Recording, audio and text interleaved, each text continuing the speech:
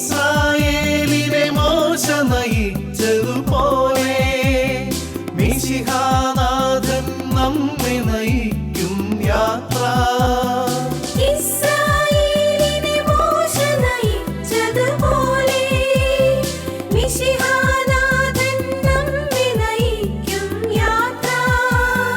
മരുഭൂച്ചൂടിൽ തളരും മനസ്സുകളിൽ സ്നേഹത്തെളിനീർ പെയ്തിറങ്ങും യാത്ര.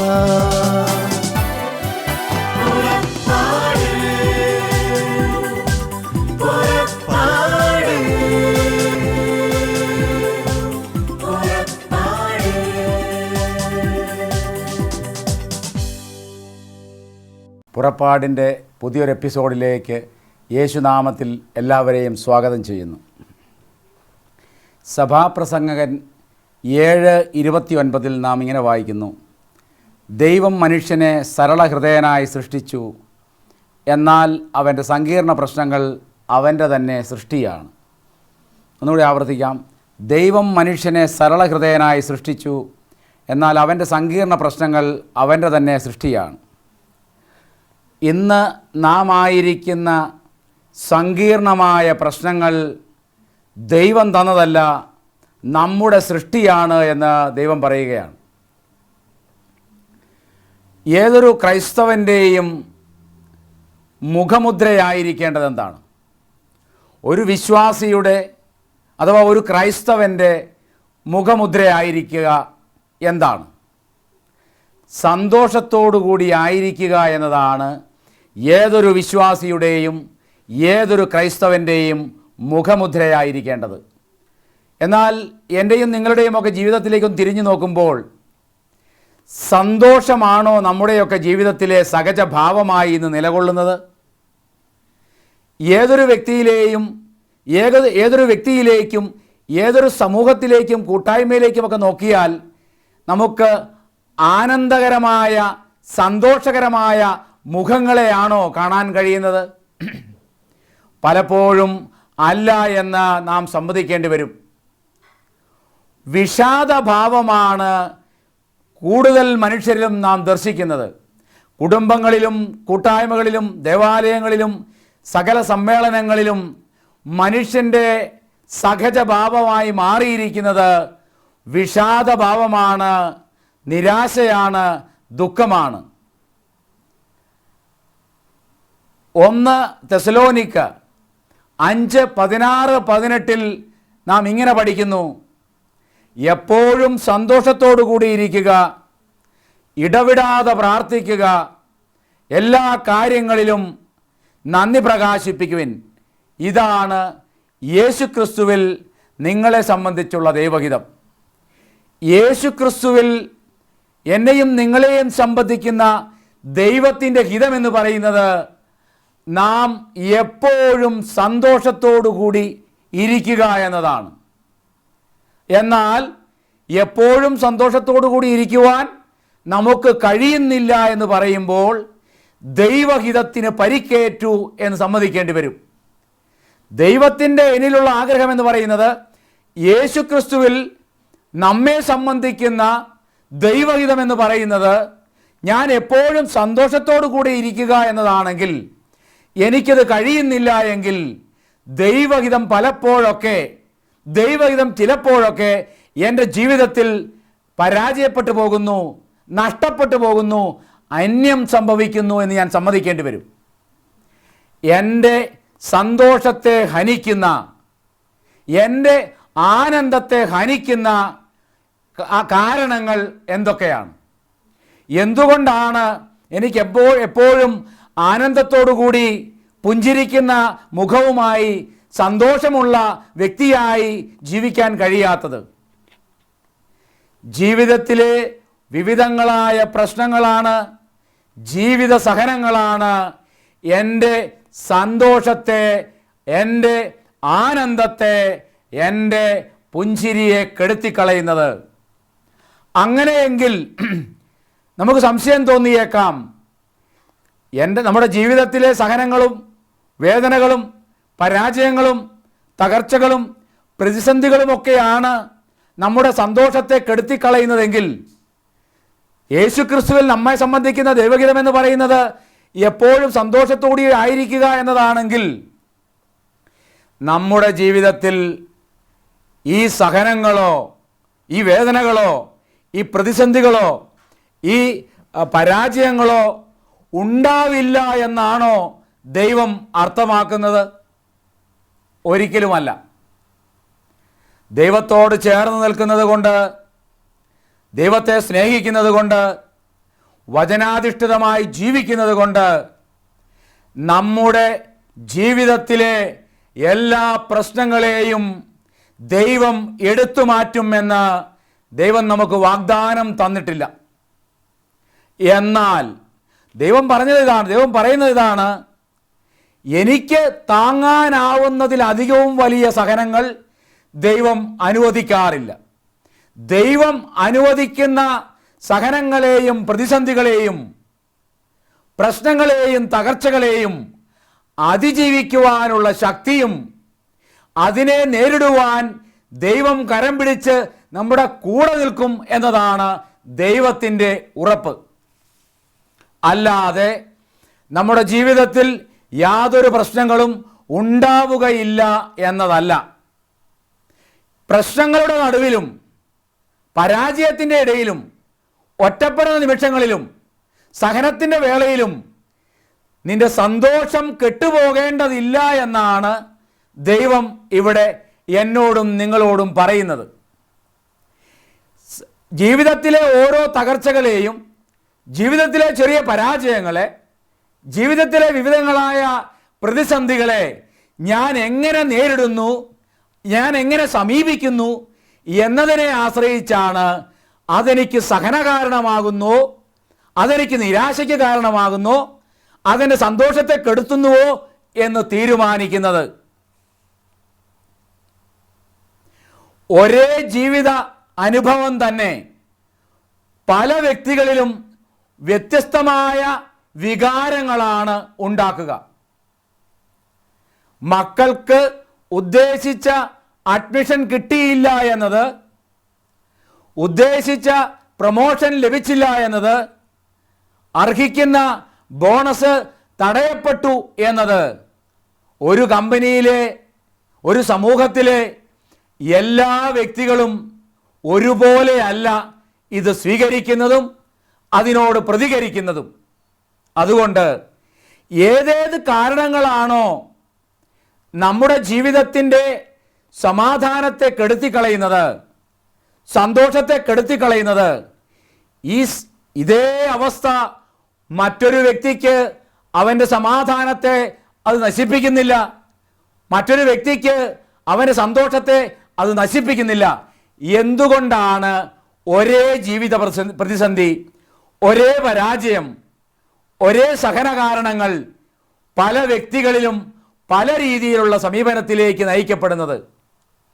കാരണം ഇതാണ്, ദൈവത്തിൻ്റെ അപരിമേയമായ സ്നേഹത്തിൽ വിശ്വസിക്കുകയും ദൈവത്തിൻ്റെ അനിഷേധ്യമായ പരിപാലനയിൽ അന്ധമായി വിശ്വസിക്കുകയും ചെയ്യുന്ന ഒരു വ്യക്തിക്ക് ജീവിതത്തിലെ പരാജയങ്ങളോ ജീവിതത്തിലെ പ്രതിസന്ധികളോ അവൻ്റെ സന്തോഷത്തെയോ അവൻ്റെ ആനന്ദത്തെയോ കെടുത്തിക്കളയുവാൻ അവൻ അനുവദിക്കുന്നില്ല. Praise the Lord, hallelujah. സഹനത്തോടുള്ള എൻ്റെ സമീപനമാണ് ഞാൻ നിരാശയിലേക്ക് പോകണമോ ഞാൻ ആനന്ദത്തിൽ തുടരണമോ എന്ന് തീരുമാനിക്കുന്നതിൽ എന്നെ സഹായിക്കേണ്ടത്. ജെറമിയ 29:11 നാം വായിക്കുന്നു, നിങ്ങളെക്കുറിച്ചൊരു പദ്ധതി എൻ്റെ മനസ്സിലുണ്ട്, നിങ്ങളുടെ നാശത്തിനല്ല നിങ്ങളുടെ ക്ഷേമത്തിനുള്ള പദ്ധതിയാണ്, ശുഭകരമായ ഭാവിയും പ്രത്യാശയും നൽകുന്ന പദ്ധതി.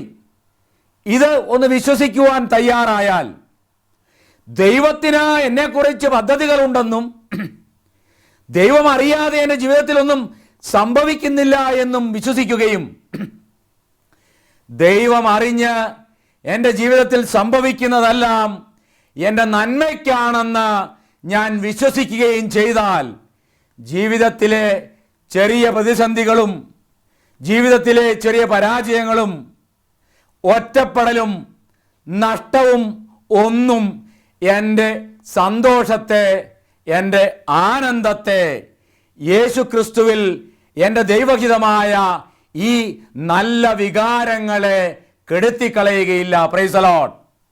ഹല്ലേലൂയ. ഞാൻ ദുഃഖിച്ചിരിക്കുക എന്നത്, ഞാൻ നിരാശയിലായിരിക്കുക എന്നത് എൻ്റെ സ്വന്തം തീരുമാനമാണ്. ദൈവം മനുഷ്യനെ സരള ഹൃദയനായി സൃഷ്ടിച്ചു. അവൻ്റെ സങ്കീർണമായ പ്രശ്നങ്ങൾ എന്ന് പറയുന്നത് അവൻ്റെ തന്നെ സൃഷ്ടിയാണ്. Price the Lord. Hallelujah. Hallelujah. ഒരുപക്ഷേ ഈ ലോക ജീവിതത്തിലെ ചെറിയ ചെറിയ കാര്യങ്ങളൊക്കെ എനിക്ക് നിരാശയ്ക്കും സങ്കടത്തിനും ദുഃഖത്തിനും കാരണമാകുന്നത് എൻ്റെ വീക്ഷണം എന്ന് പറയുന്നത് വളരെ ചുരുങ്ങിയതായതുകൊണ്ടതാണ്. ദൈവത്തിൻ്റെ ദീർഘവീക്ഷണമുണ്ട്. ദൈവത്തിന് ദീർഘവീക്ഷണമുള്ളവനാണ്.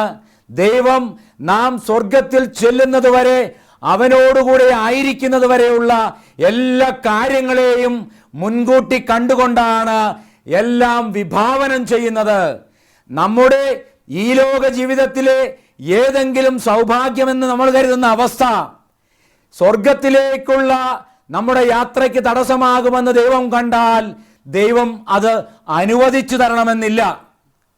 ഈ ലോക ജീവിതത്തിൽ ഒരുപക്ഷെ സഹനമായി ഞാൻ കണക്കാക്കുന്ന പല കാരണങ്ങളും ദൈവത്തിന് എനിക്ക് നിത്യസമ്മാനം നൽകുവാനായി എൻ്റെ ജീവിതത്തിൽ ഇടപെടാനുള്ള സുവർണ അവസരങ്ങളാണെന്നിരിക്കാം. Praise the Lord. ഹല്ലേലൂയ. യേശുവേ നന്ദി. വചനം എന്ത് പറയുന്നു എന്ന് നോക്കാം. 2 കൊരിന്തോസ് 7:10-12 നാം ഇങ്ങനെ വായിക്കുന്നു: ദൈവഹിതപ്രകാരമുള്ള ദുഃഖം രക്ഷാകരമായ പശ്ചാത്താപം ജനിപ്പിക്കുന്നു, എന്നാൽ അതിൽ ഖേദത്തിന് അവകാശമില്ല. എന്നാൽ ലൗകികമായ ദുഃഖം മരണത്തിലേക്ക് നയിക്കുന്നു. ദൈവഹിതപ്രകാരം, ദൈവത്തിൻ്റെ ഇഷ്ടമനുസരിച്ച്, ദൈവം അറിഞ്ഞുകൊണ്ട് എൻ്റെ ജീവിതത്തിൽ എന്തെങ്കിലും ചെറിയ ദുഃഖകാരണങ്ങൾ ഉണ്ട് എങ്കിൽ അത് രക്ഷാകരമായൊരു പശ്ചാത്താപം എന്നിൽ ജനിപ്പിക്കുകയും അതിനെക്കുറിച്ച് ഞാൻ ഖേദിക്കേണ്ടത് ആവശ്യമല്ലാതായി തീരുകയും ചെയ്യും. എന്നാൽ എൻ്റെ സഹനകാരണം എന്ന് പറയുന്നത് എൻ്റെ ലൗകിക തൃഷ്ണകളാണ് എങ്കിൽ, ലൗകികമായ ആഗ്രഹങ്ങളെ തൃപ്തിപ്പെടുത്താനുള്ള വ്യഗ്രതയിൽ ഞാൻ ഏറ്റെടുക്കുന്ന പീഡകളാണ് എങ്കിൽ അത് ദൈവം അനുവദിക്കുന്ന സഹനങ്ങളല്ല.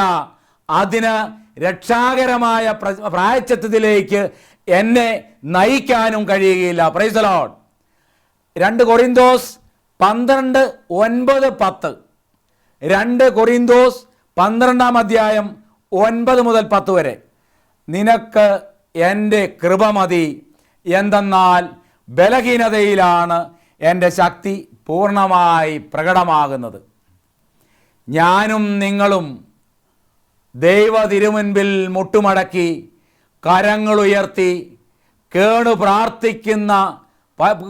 പ്രാർത്ഥിക്കുന്നത് പലപ്പോഴും നമ്മുടെ ജീവിതത്തിലെ ചെറിയ പ്രതിസന്ധികൾ, ചെറിയ സഹനങ്ങൾ, ചെറിയ പരാജയങ്ങൾ ഇതൊക്കെ ഒന്ന് മാറിപ്പോകുവാൻ വേണ്ടിയാണ്.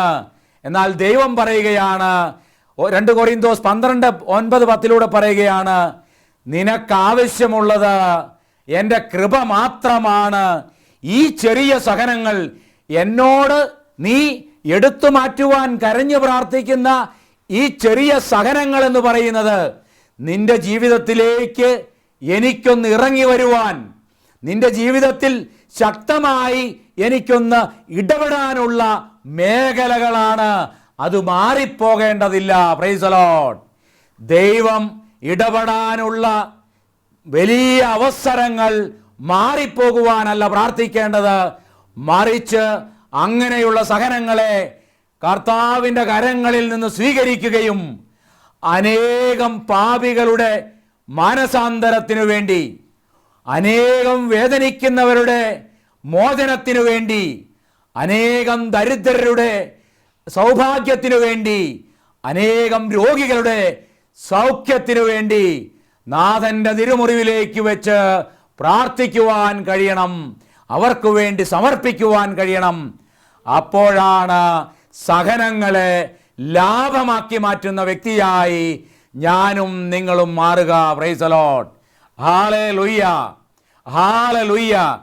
റോമ 8:18 വളരെ സുന്ദരമായൊരു വചനമേ പറയുന്നു, നമുക്ക് വെളിപ്പെടാനിരിക്കുന്ന മഹത്വത്തോട് തുലനം ചെയ്യുമ്പോൾ ഇന്നത്തെ കഷ്ടതകൾ നിസ്സാരമാണെന്ന് ഞാൻ കരുതുന്നു. നമുക്ക് വെളിപ്പെടാനിരിക്കുന്ന മഹത്വത്തോട് തുലനം ചെയ്യുമ്പോൾ ഇന്നത്തെ കഷ്ടതകൾ നിസ്സാരമാണെന്ന് ഞാൻ കരുതുന്നു. പൗലോസ് പറയുകയാണ്, എനിക്ക് ഞാൻ നേടാനിരിക്കുന്ന ഈ സഹനങ്ങളിലൂടെയൊക്കെ ദൈവം എനിക്ക് തരാനിരിക്കുന്ന ആ വലിയ നിത്യസമ്മാനത്തോട് താരതമ്യം ചെയ്യുമ്പോൾ ഇന്ന് ഞാൻ ഏറ്റെടുക്കേണ്ട, ഇന്ന് ഞാൻ കടന്നു പോകുന്ന ഈ വേദനയൊന്ന് പറയുന്നത് എനിക്കൊന്നുമല്ല, അതൊക്കെ നിസ്സാരമാണ്. ആർക്കാണോ ദൈവം നമുക്കായി ഒരുക്കിയിരിക്കുന്ന നിത്യസമ്മാനത്തെ ഒന്ന് സ്വപ്നം കാണുവാൻ കഴിയുന്നത്, അവന് ഈ ജീവിത വ്യഗ്രതകളോ ഈ പ്രതിസന്ധികളോ ഒന്നും നിരാശയ്ക്ക് കാരണമാകുന്നില്ല, അവൻ്റെ ആനന്ദത്തെ കെടുത്തിക്കളയുന്നില്ല. കാരണം അവൻ്റെ ദൃഷ്ടി എന്ന് പറയുന്നത്, അവൻ്റെ ഫോക്കസ് എന്ന് പറയുന്നത് അവൻ്റെ നിത്യസമ്മാനമായ സ്വർഗത്തിലേക്ക് മാത്രമാണ്. അവൻ നിരാശപ്പെടണമോ എന്ന് തീരുമാനിക്കുന്നത്, അവൻ ദുഃഖിതനാകണമോ എന്ന് തീരുമാനിക്കുന്നത് ഈ കാരണങ്ങളിൽ ഏതെങ്കിലും അവൻ്റെ സ്വർഗീയ യാത്രയെ, അവൻ്റെ സ്വർഗീയ ഗമനത്തെ തടസ്സപ്പെടുത്തുന്നുണ്ടോ എന്ന് തീരുമാനിച്ചതിന് ശേഷം മാത്രമാണ്. ഏതേത് കാരണങ്ങളാണോ ഇന്ന് നമുക്ക് സഹനത്തിനും വേദനയ്ക്കും നിരാശയ്ക്കും കാരണമാകുന്നത്, ഞാനും നിങ്ങളും ചിന്തിക്കണം, ഇതിലേതെങ്കിലും കാരണങ്ങൾ എൻ്റെ നിത്യജീവൻ പ്രാപിക്കുന്നതിനെ തടസ്സപ്പെടുത്തുന്നുണ്ടോ? സ്വർഗത്തിലേക്കുള്ള എൻ്റെ യാത്രയ്ക്ക് ഈ ഏതെങ്കിലും കാരണങ്ങൾ തടസ്സപ്പെടുത്തുന്നുണ്ടോ? എൻ്റെ നിത്യസമ്മാനം കരഗതമാക്കുന്നതിൽ നിന്ന് എന്നെ ഇതിലേതെങ്കിലും തടസ്സപ്പെടുത്തുന്നുണ്ടെങ്കിൽ ഞാൻ നിരാശപ്പെടേണ്ടതുണ്ട്, ഞാൻ ദുഃഖിക്കേണ്ടതുണ്ട്. അല്ലെങ്കിൽ ഇതിനെ ഓർത്ത് നാം ദുഃഖിക്കേണ്ടതില്ല. കാരണം നമുക്ക് ലഭിക്കാനിരിക്കുന്ന വലിയ മഹത്വത്തോട് തുലനം ചെയ്യുമ്പോൾ, നമുക്ക് ലഭിക്കാനിരിക്കുന്ന നിത്യസമ്മാനത്തോട് തുലനം ചെയ്യുമ്പോൾ ഇത് കേവലം നിസ്സാരമാണ്. അതിനെ പുച്ഛയോടെ തള്ളിക്കളയുവാൻ നമുക്ക് കഴിയണം. Price the Lord. ഹല്ലേലൂയ. ജ്ഞാനത്തിൻ്റെ പുസ്തകത്തിൽ ഇതാ അതിസുന്ദരമായ വചനങ്ങളിലൂടെ സഹനത്തെ സ്വീകരിക്കുവാൻ, സഹനത്തോട് അപ്രോപ്രിയേറ്റായി പ്രതികരിക്കുവാൻ ദൈവം നമ്മോട് ആവശ്യപ്പെടുന്നു. ശിക്ഷിക്കപ്പെട്ടവരെന്ന് മനുഷ്യദൃഷ്ടിയിൽ തോന്നിയാലും അനശ്വരമായ പ്രത്യാശയുള്ളവരാണവർ. ദൈവം അവരെ പരിശോധിക്കുകയും യോഗ്യരെന്ന് കാണുകയും ചെയ്തു. എൻ്റെയും നിങ്ങളുടെയും ഒക്കെ ജീവിത ചുറ്റുപാടുകളിൽ തകർച്ചയേറ്റവനെ, ക്ഷതമേറ്റവനെ, നഷ്ടം സംഭവിച്ചവനെ, ഒറ്റപ്പെട്ടു പോയവനെ, പാപം ചെയ്തവനെ ഒക്കെ നമ്മൾ പറയാറുണ്ട്, ദൈവത്തിൻ്റെ ശിക്ഷയാണ്, അവൻ പാപിയായതുകൊണ്ടാണ്, അവന് ദൈവത്തിൻ്റെ ശിക്ഷയാണ്. എന്നാൽ വചനം പറയുകയാണ്, ശിക്ഷിക്കപ്പെട്ടവരെന്ന് മനുഷ്യദൃഷ്ടിയിൽ തോന്നിയാലും അനശ്വരമായ പ്രത്യാശയുള്ളവരാണവർ. ദൈവം അവരെ പരിശോധിക്കുകയും യോഗ്യരെന്ന് കാണുകയും ചെയ്തു. ഉലയിൽ സ്വർണമെന്ന പോലെ അവരെ ശോധന ചെയ്തു, ദഹന ബലിയായി സ്വീകരിച്ചു. അവിടുത്തെ സന്ദർശനത്തിൽ അവർ പ്രശോഭിക്കും. ഈ ജീവിത സഹനം എന്ന് പറയുന്നത് ഒരുപക്ഷെ ശിക്ഷിക്കപ്പെട്ടവരെന്ന് നമ്മൾ പറയുന്നെങ്കിൽ ദൈവം പറയുന്നു, അല്ല, ഒരിക്കലുമല്ല. ഉലയിൽ സ്വർണമെന്ന പോലെ അവരെ ഞാൻ ശോധന ചെയ്ത് തങ്കപ്പെട്ട വ്യക്തികളാക്കി മാറ്റുകയാണ്. എൻ്റെ നിത്യസമ്മാനത്തിന് യോഗ്യരായി മാറുവാൻ അവരിലെ കറകളെയും കളങ്കത്തെയും എല്ലാം ഉരുക്കി ഞാൻ ദഹിപ്പിച്ചു കളയുകയാണ്. എൻ്റെ വലതുഭാഗത്തേക്ക് ചേർക്കപ്പെടുവാൻ അയോഗ്യമായതെല്ലാം ഈ ചെറു സഹനങ്ങളിലൂടെ ഞാൻ ഉരുക്കി വാർക്കുകയാണ്. എനിക്ക് സ്വീകാര്യനാകാൻ അവളെയും അവനെയും ഞാൻ ഒരുക്കുന്നതാണ് ഈ സഹനം എന്ന് പറയുന്നത്. അതിനെ നീ ഹൃദയത്തിലേറ്റിയാൽ മതി, അതിനെ സ്നേഹത്തോടെ സ്വീകരിച്ചാൽ മതി. അവയൊന്നും നിന്നെ തകർക്കുവാനുള്ളതല്ല, മറിച്ച് ദൈവം ആഗ്രഹിക്കുന്ന വിശുദ്ധിയിലേക്ക് നമ്മെ വളർത്തുവാൻ ഉള്ളതാണ്. Price the Lord. ഹല്ലേലൂയ. ഉലയിൽ സ്വർണമെന്ന പോലെ ഫർണസിലെ മെൽട്ടിംഗ് പ്രോസസ്സിനോടാണ് ദൈവം ഈ ചെറു സഹനങ്ങളിലൂടെ കടന്നു പോകുന്ന അവസ്ഥയെ ഉപമിക്കുന്നത്. നമുക്കറിയാം, സ്വർണം അതിൻ്റെ റോ മെറ്റീരിയൽ എന്ന് പറയുന്നത് കാണാൻ വൃത്തിയുള്ള ഒരു ലോഹമൊന്നുമല്ല. ഒരുപാട് കറകളും ഒരുപാട് മാലിന്യങ്ങളും കടന്ന ഒരു വസ്തു.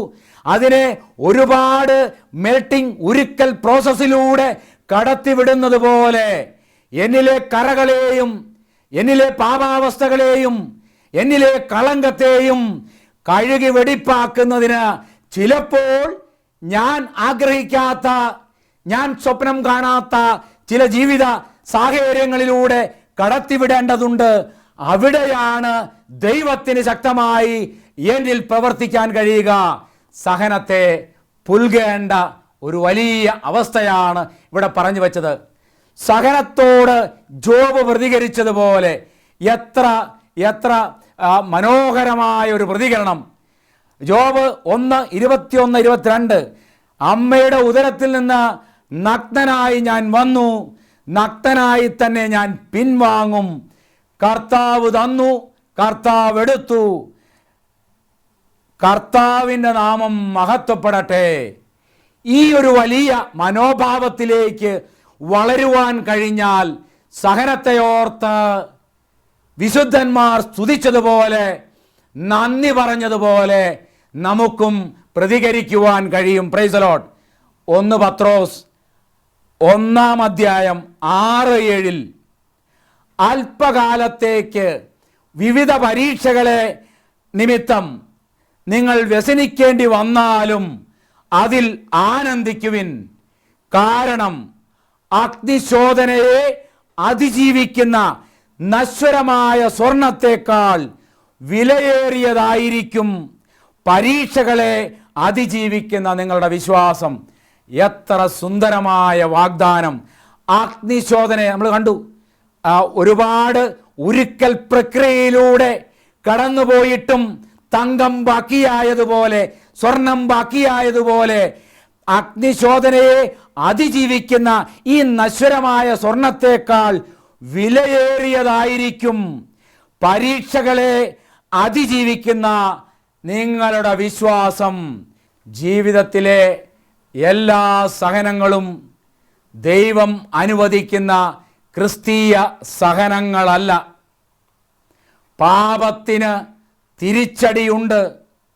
നമ്മുടെ പാപത്തിന് തിരിച്ചടിയുണ്ട്.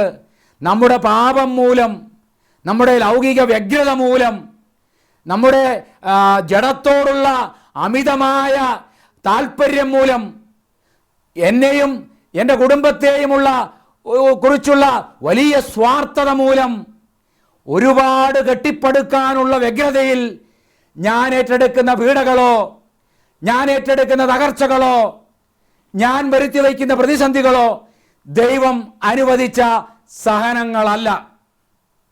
നമുക്കറിയാം, ശാരീരികവും മാനസികവും ആത്മീയവുമായ മേഖലകളിൽ നമ്മൾ ഏൽക്കുന്ന ആഘാതങ്ങളെ, പരിക്കുകളെ, പീഡനങ്ങളെ, നൊമ്പരങ്ങളെ ഒക്കെ സഹനമെന്ന് പറയാം.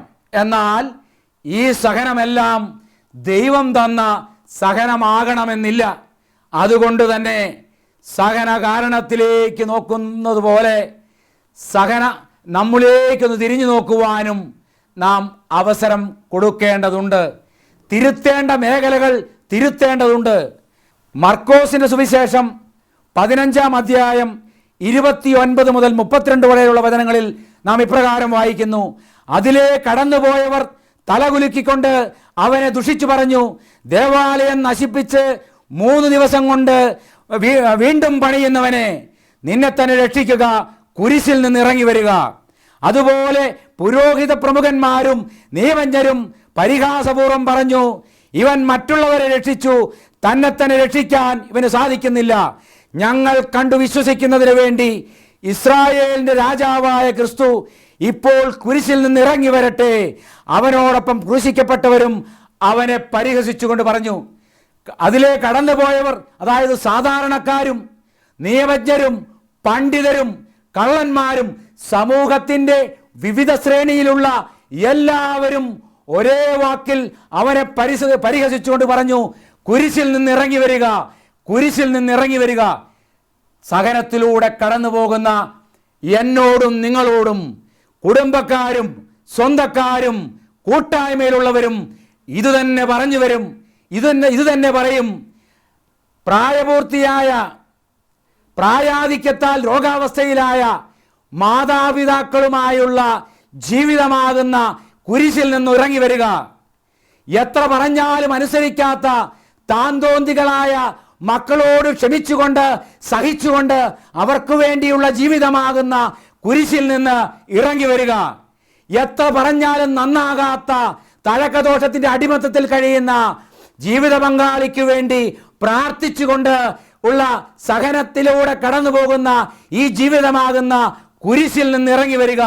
നിന്റെ നീതിയെ തടസ്സപ്പെടുത്തുന്ന, നിന്നെ അധർമ്മത്തിന് വിധേയനാക്കുന്ന, നിന്റെ ഓഫീസിലെ ബോസുമായുള്ള സഹവർത്തിത്വത്തിൽ നിന്ന് ആകുന്ന കുരിശിൽ നിന്ന് ഇറങ്ങി വരിക.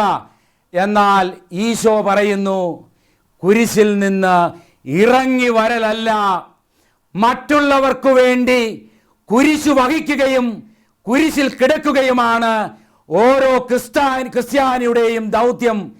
കുരിശിൽ നിന്ന് യേശു തന്ന ഈ വലിയ സന്ദേശത്തെ നെഞ്ചിലേറ്റിക്കൊണ്ട് സഹനങ്ങളെ ലാഭമാക്കി മാറ്റുവാൻ സ്വർഗസ്ഥനായ പിതാവ് നമ്മെ അനുഗ്രഹിക്കട്ടെ. പിതാവിൻ്റെയും പുത്രൻ്റെയും പരിശുദ്ധാത്മാവിൻ്റെയും നാമത്തിൽ ആമേൻ.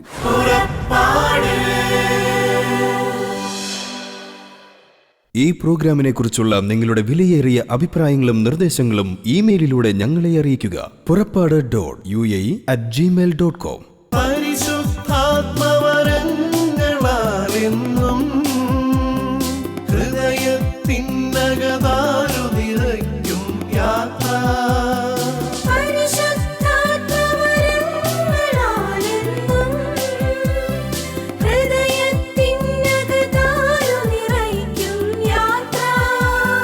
മേഘത്തണലായി അഗ്നിനാ